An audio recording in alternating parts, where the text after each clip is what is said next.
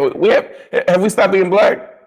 No, and we haven't stopped riffing either. Oh, okay. All right. Well, I'm happy that we black and I riffing. don't think So it comes off. It doesn't come off. it doesn't. No, no, it doesn't. No. Well, good. I'm trying to keep this. You know what I'm saying? I'm trying to keep this. I like it. I like it. Mm-hmm. Well, Ooh. How hey, you doing?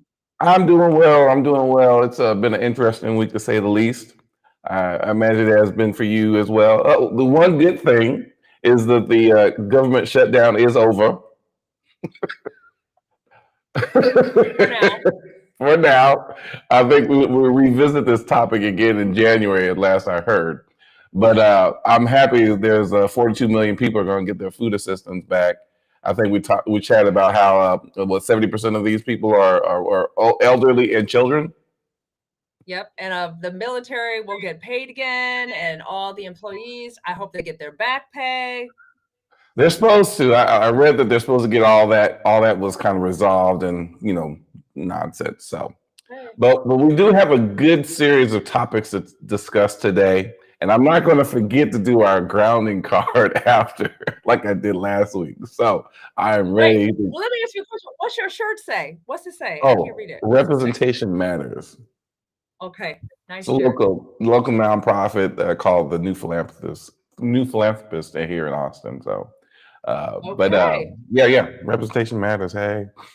But we Yeah. got some good topics. As we've said, we're going to cover sexual health topic every week, and this one is Yeah. why people still struggle to use protection. That's a good that's Yes. a good one because there's some struggling out there going on. There is some Um, struggling. Yes. then we got getting ready for the holidays. Thanksgiving is just around the corner.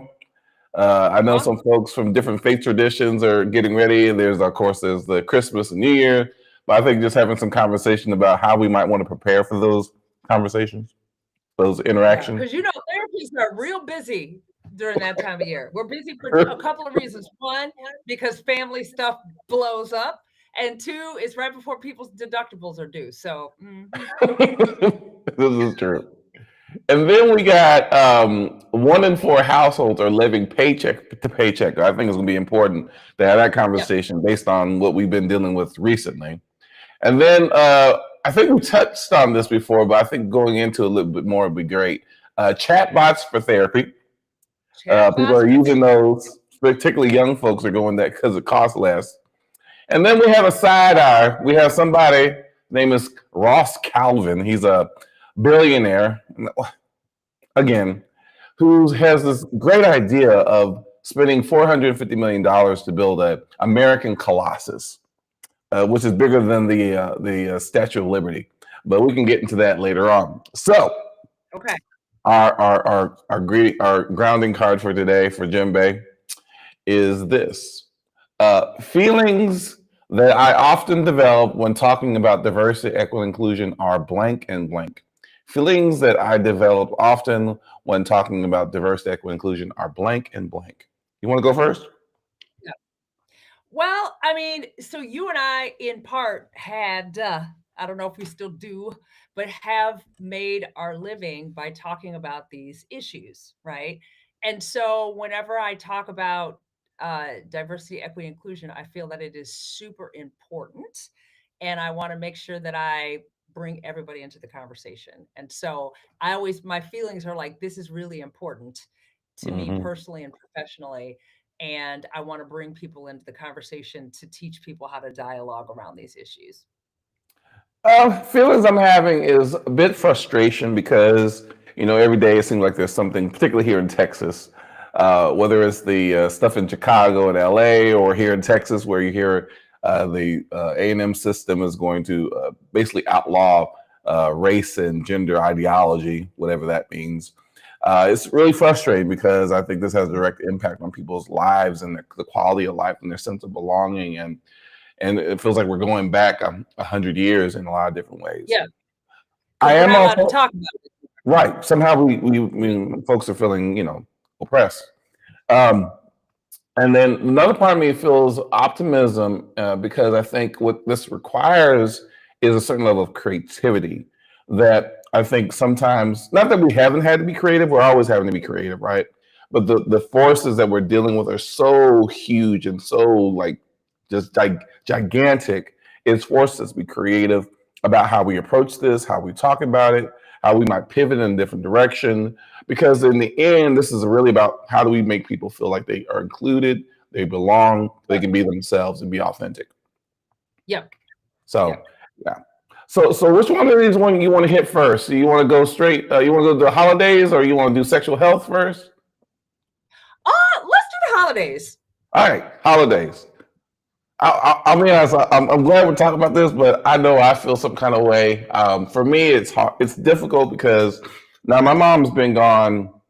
I can't remember now. It's 14, 15 years. And she passed away on Christmas Eve. And I'll be honest, I am not big on Christmas. But Yeah. usually about 2 days before the holiday, I'm feeling some kind of way.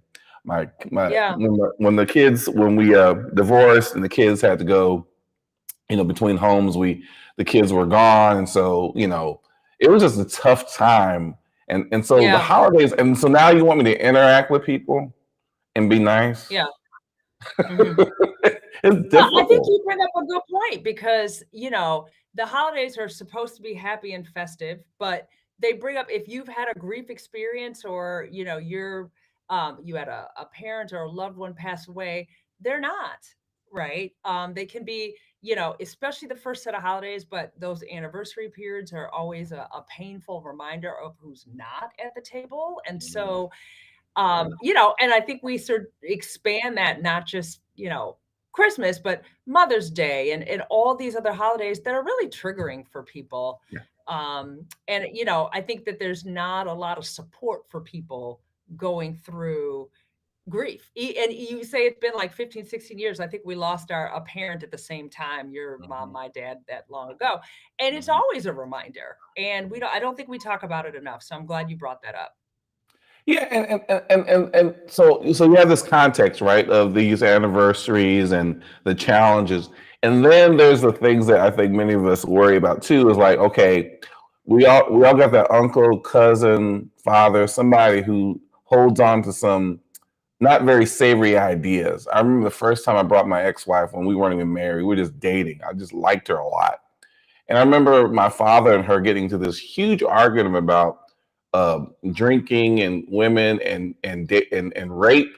And I'm just like, oh my God, At what is Christmas? going on here? At Christmas? Yeah, you know what? I think it was the holidays because I was doing the Chitlin circuit. Go visit dad, go visit mom, and we in the car arguing. And I'm like, of course, I'm having to defend my girl, and I'm like, this is some straight up boo. We're not supposed Yeah. to be doing this.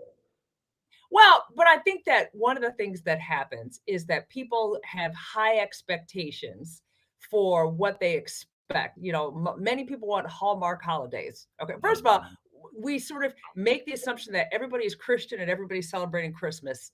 Wrong assumption. Insensitive, not okay, right? People allowed to celebrate or not celebrate, whatever, right? Two, people have these high expectations, but your family has not changed.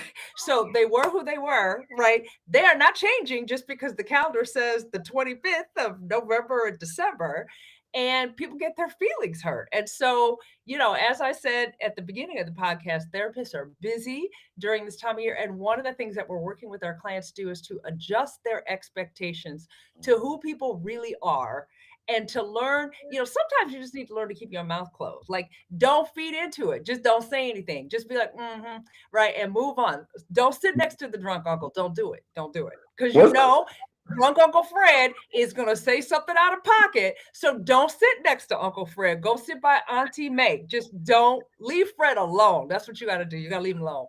what's that sister's name? She's kind of tall, kind of out the box. She was on SNL, and she does a whole skit on how to deal with family members. They basically hire her to deal with family members who are difficult, and she'd be like, "Look, Is that, if you oh, say Leslie Jones? Leslie Jones? Leslie Jones, yes," he's like, Okay. Yeah, that's right. I "Say forgot about that something. skit. I'll tell them that you."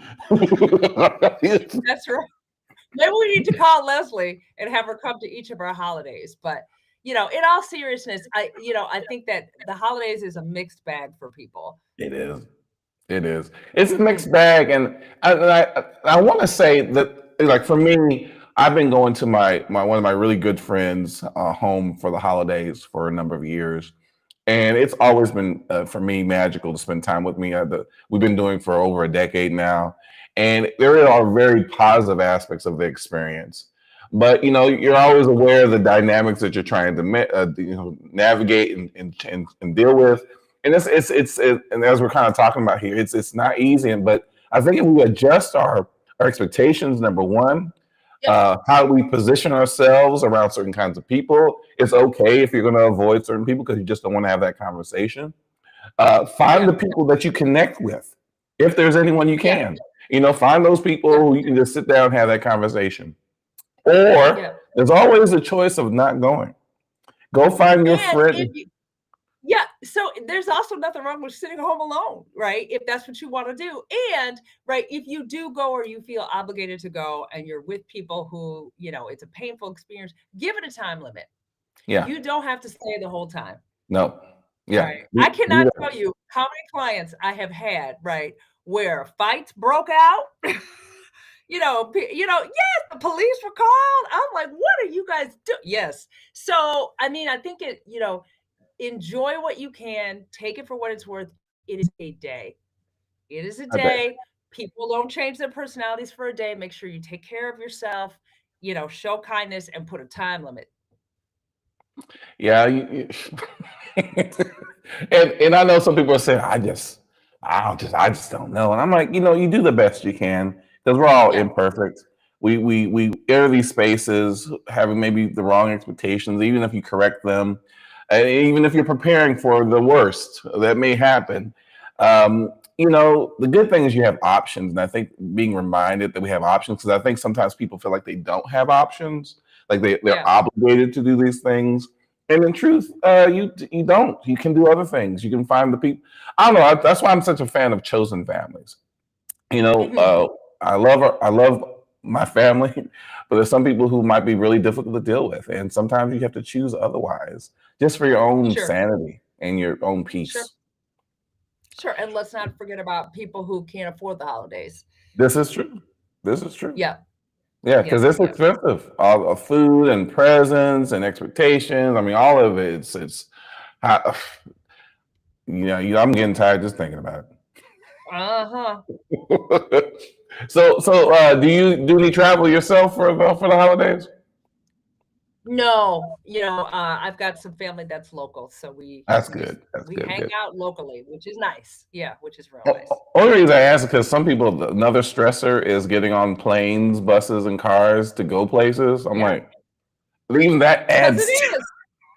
It is, right, getting stuck at the airport. Ooh, ooh-wee. That's what ooh-wee. I mean, I think that's what people are worried about with this whole government shutdown. They're like, For please, sure. please get them back to work. Please, get it straight, get it straight. Well, good luck to everybody dealing with the holidays. Make sure you get the support that you need. Yeah, yeah, and make some choices that are best for you and your family. For sure. So you want to get on the sexual health topic? Why people struggle with using protection? And we're talking about protection in the sense of protecting yourself from STDs and STIs and Yes, like, all that business. I'm talking about condoms.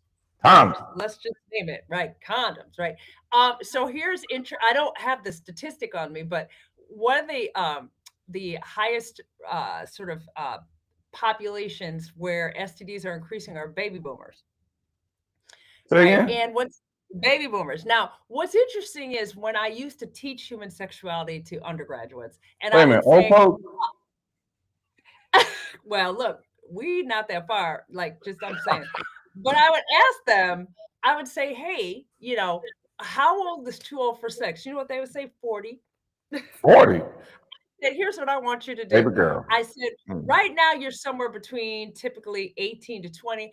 I want you to email me in 20 years and just say yes or no. Like, yes, I'm still having sex or no, because 40 is just not old, right? I But mean, yes, so baby boom 40? 40. Yep. But when you're 18 or 20, 40 is old to you. I mean, it is old, but 40? You gonna just stop having sex? Yes. Mm-mm. Yeah. Yeah, because 40 is too old, according to my undergraduates from back in the day, right? But I think one of the things that we're seeing is obviously that is not true by the increased Thank you, incidence Jesus. of STDs and STIs among the baby boomers. And I think some of it is because people aren't good, and this kind of harkens back to last week's topic, at having conversations about sex and sexual health, right? Hmm. And Hmm. sort of, people want to wait till things get hot and heavy, but if you do not have your condoms with you, sex might happen without them. And so you really have to be proactive, right? And have conversations about it. And people are really loath to have those conversations. They're uncomfortable. And here's what I question, KP. I question this. How is it that the act itself is less, I don't know, like vulnerable than the conversation? Like you're naked, so you're vulnerable already. Then the conversation itself, wouldn't you rather have the conversation? Or but people skip the conversation and get naked, which can equal STDs. So help me understand. Yeah, well, the thing that what I hear on the grapevine is usually the same dynamics that were present back in high school and college, where Yeah, men are not being responsible. They're putting the burden on the women to bring. So if there is a conversation, the woman's expected to bring up the conversation, and then yeah. what the guy spends time doing is doing some long division slash jujitsu to figure out how to avoid having to put the condom on. Because, we hear all the excuses, right? It don't feel the same. I'm allergic. That's my favorite. Okay. I'm allergic. Well, I mean, in all self disclosure, I am not a man. So I don't know how that might feel. But I guess what I am confused, does STD feel better? Does that feel better? Well, let's speak of the Does practical terms. crustiness and dustiness feel better?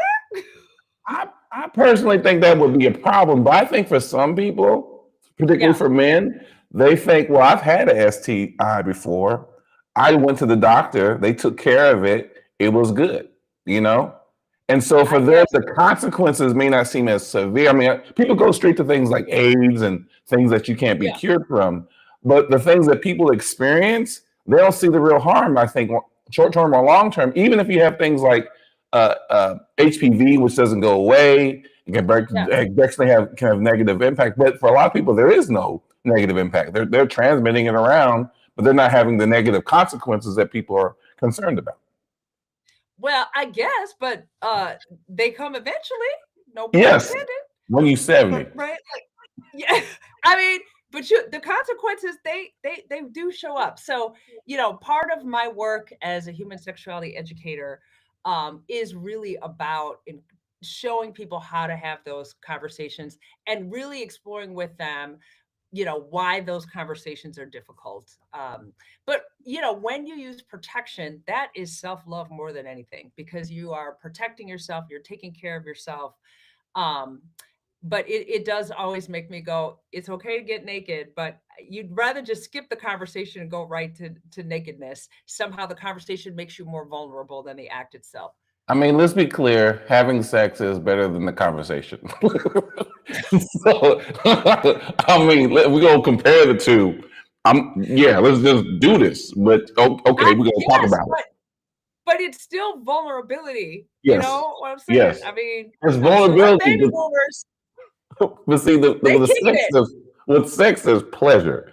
With the conversation, there's an absence of pleasure. Matter of fact, there's awkwardness potentially.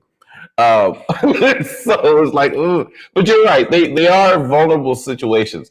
I think this is the Yeah. other challenge, and I'll speak from a guy's perspective. And what I hear is there isn't a lot of education about the different kinds of condoms that are available, right?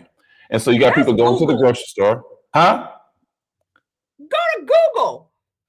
Yes, but this is the problem. Some people are just lazy. And so they're used to what they see on television. And so they're going with the name brands. And those things are like freaking shields. They're thick as I don't know what. And there's a whole nother like battery of options available to you. Some of them come from like Japan and other places that can be more comfortable for folks, not just for themselves, but for their partner, Right, whoever they're with on that given time. And so I think there's a right. lot of misinformation about what a condom can and can't do for you. There's different kinds. There's some people Sure. who need to wear a condom so they're not, going too quickly.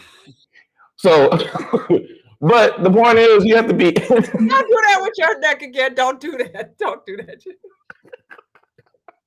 And Don't do so, that. Don't do that. so I think the challenge is like there's a place here in Austin, it's called Forbidden Fruit, and it's like this Okay. little spot in Austin, and you go in there and you can ask all the questions. And they have the toys, they have the Yeah. condoms, and I'll be honest, for a lot of people that can be a little intimidating because you go in Yeah. and you're like, oh my god, so much, yeah. But I'll be honest, I've gone in there several times because I'm like, I don't know what I'm talking about half the time. Let me go ask these folks. And like you said, the internet is there. But again, I think people are Yeah. just a little on the lazy side. Yeah. Well, or they're embarrassed or ashamed or those kinds of Yes. things. But I'm Yes. hoping that, people feel more empowered to educate themselves and to protect themselves. Right. Right. Right. Because this whole idea of, we'll have sex and then get tested. I mean, that's in the wrong order, y'all. That's in Yeah. the Yeah. wrong Yeah. order. Yeah. There's a whole Yeah, yeah, process yeah. you should be. There's a Yes. whole do that first. Yeah. But what you make me think about is how actually helpful having a place like Forbidden Fruit or other place in your Yes. community where you can go ask Yeah. those questions, which seem kind of dumb and silly. You think, oh, I'm X age and I don't know this.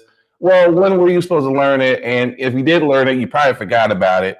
And if you like some people who maybe were in a relationship for a long time, so they didn't worry about Yeah. protection, now they're back on the dating scene and like, wait a minute, what's even out there now?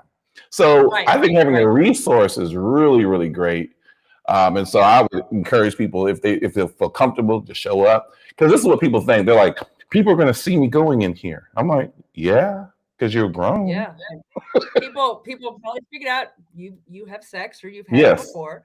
Right. yes, And I also think that sometimes for women, particularly older women, there is a stigma. Like if I have condoms, they'll think that I'm, loose. just out there loose and having sex with everybody. You can learn a lot about a person by the way they handle a conversation like Yeah, that, yeah, And so in some ways, having the conversation also teaches you more about your partner. And depending on how they handle it, you might be like, nah, I'm good. We don't need these because you ain't right. getting none because we're not doing this.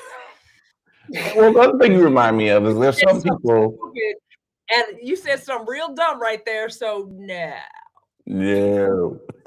Yeah. Or the other thing you remind me of is there's some people who agree, like if they're going to be intimate, they've maybe been tested, blah blah blah. But again, they still had the conversation, Yeah. right? They just Yeah. didn't fall into it accidentally. The worst, and I've had a pet peeve around this my entire adult life, is people are having sex when they're intoxicated, when they're not having Mm, the best space to actually make these decisions. And then there's all this yeah. guilt and shame and regret that they experience after the fact. Even if they knew they were aware of it, they just weren't really on their top of their game.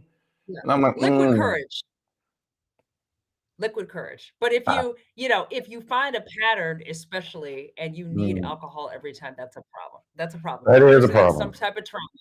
Yep. Yeah, Yep. you remind me of a client I had. She said, "Yeah, every time I have sex with my husband, I have to drink a lot." I'm like, "Whoa, hold on, Yeah. slow, slow. Yeah. Let's talk about that That's because trauma. that's important, right?"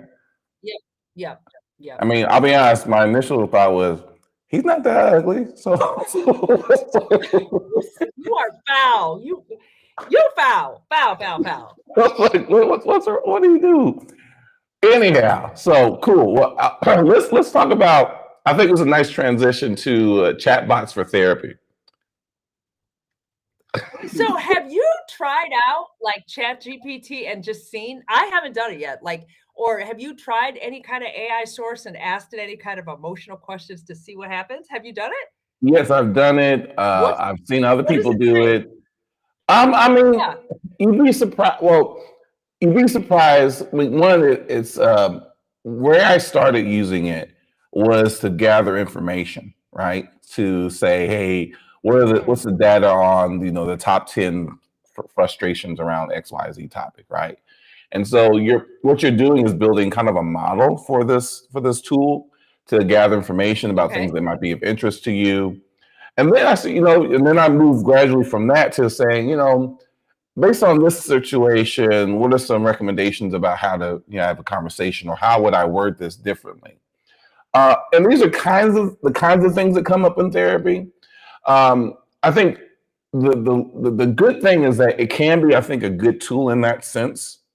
I think the Okay. challenge is some of these chatbots are not built for the kind and care that I think we as people need. There's a lot of danger that's involved because of how some of these AI tools have been formulated to be actually Yeah. pretty harmful. And we've seen the evidence, particularly amongst young people. We've seen people who have been Yes. encouraged to hurt themselves and harm themselves. Yep. Um, Well, I but think there was a young man, and I don't want to quote, but he asked, and I don't know what the AI, you Mhm. know, I don't know, search engine, AI friend, whatever you're gonna call it, right? But he asked, "Should I kill myself? Should I talk to my mom? Should I?" And it sort of was like, "Now they talk to you." It was an adolescent. I don't think talking to your mom is a good idea. Yeah, I mean, you might decide to kill yourself. And I'm paraphrasing, I could totally be wrong, so this is all alleged, but he ended up killing himself. And Yeah. so I'm concerned, like, I don't know, maybe, and I don't want to speak for you, but you and I would never probably use it for emotional support, given our ages, but young people are using it for emotional support, and they have found that it is causing, you know, um, delusions, and kind of, for some people, with they may have a propensity towards schizophrenia, right? It's scrambling people's brains and minds, and it is really unfortunate because it's a misuse of the tool. So Yes. oftentimes what happens is human beings develop a tool, and then we start to see some of the positivity with the tool, and then some of the harm with the tool. And so I think this is a problem, and because in your point, it's not made for that. No, and to be honest, there's evidence already of people who treat it like it's what's the word, sentient being of sorts, that it's like a person, and they build paranoia because they think someone's going to show up who represents that AI technology that's going to come after them. And so there's some real hazards, even if it's just in our head. I mean, this Yeah, is in many ways just what we're experiencing by ourselves in isolation with technology. There's no other person yeah, involved here. But it's so yeah, real for them. They're feeling real deep sense of terror and yeah, paranoia, and having real problems. I think this is the challenge. And the advice I've given to people when they're using these tools is that, just like the calculator, the telephone, and other technology, there were tools that help us accelerate things that we couldn't do as quickly on our own. So I'm not going to yeah, travel 3,000 miles to go tell somebody something. I'm going yeah, to call them, and we're going to have a conversation, but I'm going to know the limitations of that tool. But there's also sure. safeguards, right? Just Yeah, like the yeah, telephone, they were charging us out the ass back in the day to make a long distance phone call. Now it's cheap, yeah, right? yeah, But there's still safeguards in place, so I'm not spending all my money, but at the same time, I'm making some more of an investment, but there's some safeguards involved. And I think the problem is we just don't have the safeguards in place, and I yeah, think that's the yeah, fundamental challenge that we're experiencing. yeah. Well, in the state of Illinois, because everybody, I'm in the Chicagoland area. Our governor, signed into law a bill that says therapists are not allowed to basically consult AI for responses with their clients. And I train therapists for a living, right? Hmm.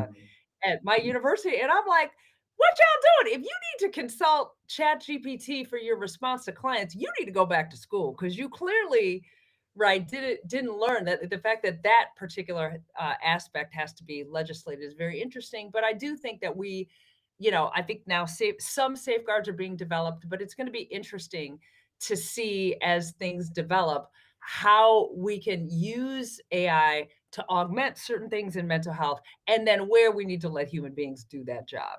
Right. I always think to myself, if you can use a tool to help you, let's say, write an email, to maybe do it quicker than you would have written it yourself. I think that's fine. The problem is you have people having these tools write the email, and then they don't look it over, right? They don't, Right, and because they tell you all the time at the bottom of the screen, information may be inaccurate, double check. right, right, And right. so again, whatever the reason, fill in the blank, the reason. But again, I think it's the misuse, or not being a professional use of these kinds of tools to help us do the jobs. Because the truth of the matter is, the reason why I think people are going this direction is because they're overwhelmed with the volume of work that they need to do, the amount of Sure. research that they have to maybe conduct. And so here's a tool that can do the search for you, to do the wording of the Right. letter, give you feedback about content that you maybe developed. It reduces the time. The problem is that we just kind of, again, because maybe we're overwhelmed, I don't know, we just kind of say, here, take care of it Yeah. for Well, me. I'm like like, a lot of no, my no, no, students, no. they take a case and feed it in, and then everybody turn in the same paper. So I don't want this tool to be the death of critical thinking. No. So And I I think I that's the hope that problem. oh, it is right. We're definitely getting dumber as human beings. So I hope that we figure out how to use it as a tool, because it is an incredible tool to use. Yeah. I don't. Maybe you can help me understand, why does it use so much water? That I don't understand. Yeah, it has something to do with the amount of energy that is being used. And so then they have to use water to cool the systems. I mean, there's a whole ecosystem that's in place. As a matter of fact, I think there's one data system when they put it in this really small town was using more than the entire city itself in comparison. So there's the power that's being used by the town, and then there's power that's used by the data center. Found out the data center was using more resources, not just energy, but water and other Yeah. things, than the town. And so they were Yeah. frustrated because it sounds like we don't have the means to create the infrastructure necessary to hold this data center. And you're seeing that story play out across the country. And so Interesting. it's a huge issue. And some people have taken a position saying, I'm not going to use these things because they're not good for the environment. So that's another issue that's on top of Well, all and this. I understand that. I think that the what do they say? The cat's already out of the bag. People are using it, I using it for mean, everything. Yeah. yeah, yeah. And I can, like, when somebody uses it, and this, no judgment, but when people use it to write their emails, I can tell you got bolded words, you got dashes in places that shouldn't be dashes. So come on, y'all. Come on. Yeah, and I'm probably I'm less concerned about that and more of, are they using it responsibly? Um, Right. because I don't know, I have mixed feelings about it, to be honest. Because I feel like we as a society get at this point where we have new technology introduced. Yeah. Kind of like the telephone. I remember watching the Waltons once upon a time, and like, I can't believe this phone is ringing during dinner time. They're getting all huffy. Oh, The they call them Waltons. during dinner time. Lord, you just dated yourself and me too. Good Lord. I Good Lord. mean, Good Lord. good night, John Boy. Yeah. I think we're gonna have to move on. You just dated us real bad. Real bad. Real bad. In our defense, we were children when it came out. We were children. We was youngsters. Oh, we need a card. We got only a little bit left. Yes, I got the card for us. See, I'm prepared today, ma'am. Okay. Okay. Our engagement card is, I first noticed unequal pay when blank. I first noticed unequal pay when blank. You want to go All first? the I got time, one for you. every day, all the, every day, all the the first, time. but the first one. Do you remember the first one? No, I don't remember the first one, but I remember all the time, every day, all the way. Well, I can tell you this, for me, the first was when my mom would talk about feeling like she was being underpaid as a woman, right? But the Mhm. most obvious personal experience I had with that was with I had taken my first real job. I'm not talking about Whataburger and stuff I did back in the day. I'm talking about a job. I was a social worker in the Bronx, and Okay. we went to go uh, cash our checks or whatever, and we would do it with our coworkers. And I just not I hate to admit this, but I happened to see my coworker, who's a woman, who had actually been there much longer than me, more experience. Actually, I already had her master's degree. I was getting mine. I looked at her paycheck, and her paycheck was significantly less than mine. And I'll be honest, I felt like this when I was clutching my pearls at the time. I was like, oh my God, I can't believe this. And I was getting paid so Mhm. much more. And don't get me wrong, I was very glad to be making the money at this. And it wasn't that much, Yeah. let's be clear, Yeah. but it was Yeah. so wrong.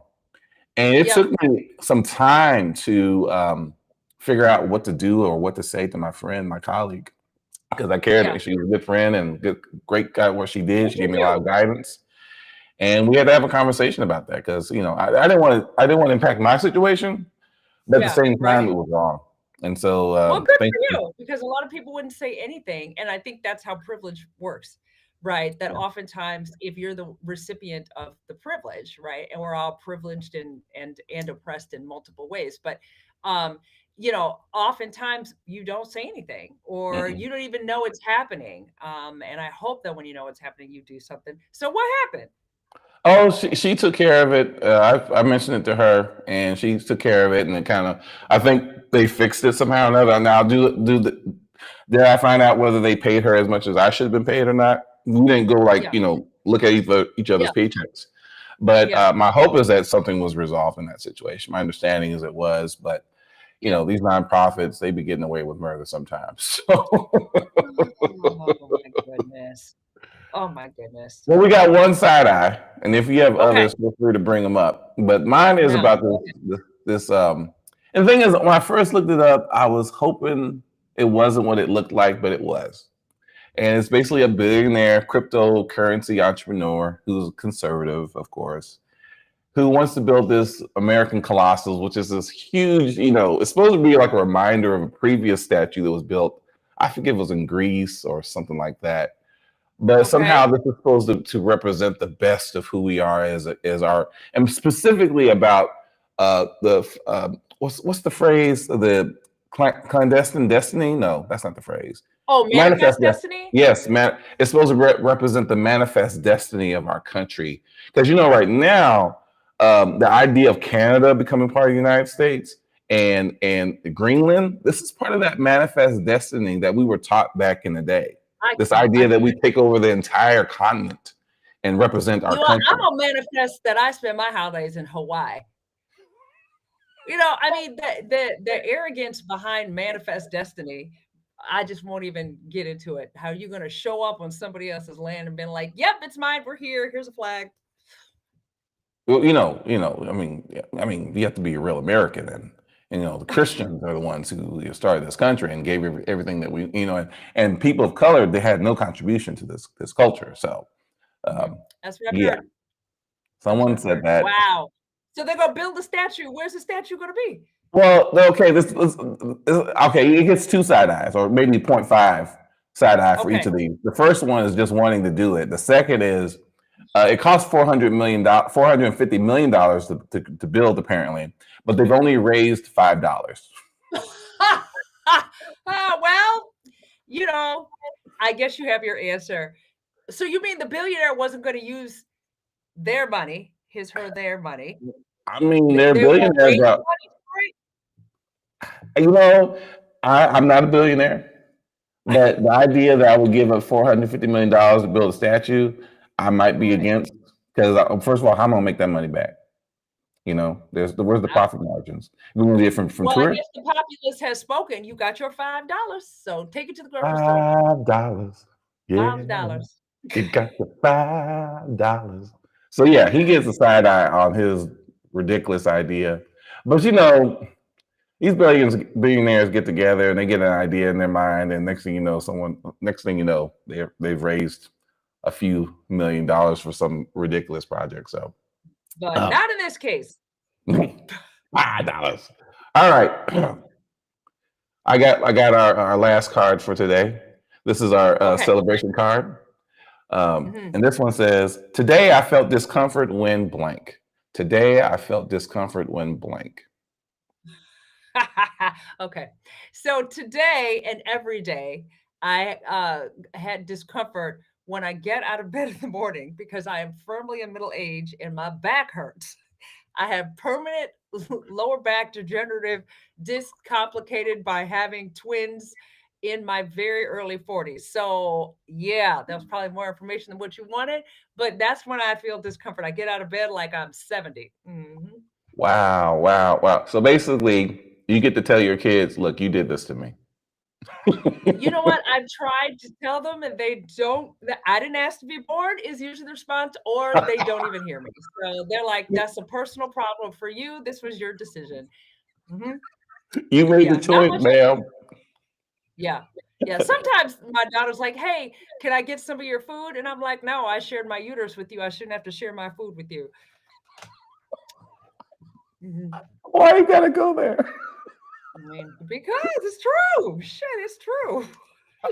I shared my uterus. I I'm not did. going to share my food.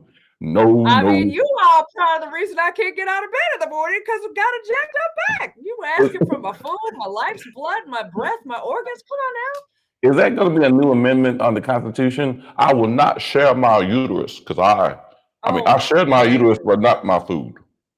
my foot. I don't think so, but maybe in this house. How about you? Well, ma'am, so last 2 weekends, I think I've told you I enjoy dancing. And so two Okay. weekends in a row, I went dancing. When I go dancing, I don't go half dance, I go all the way dancing.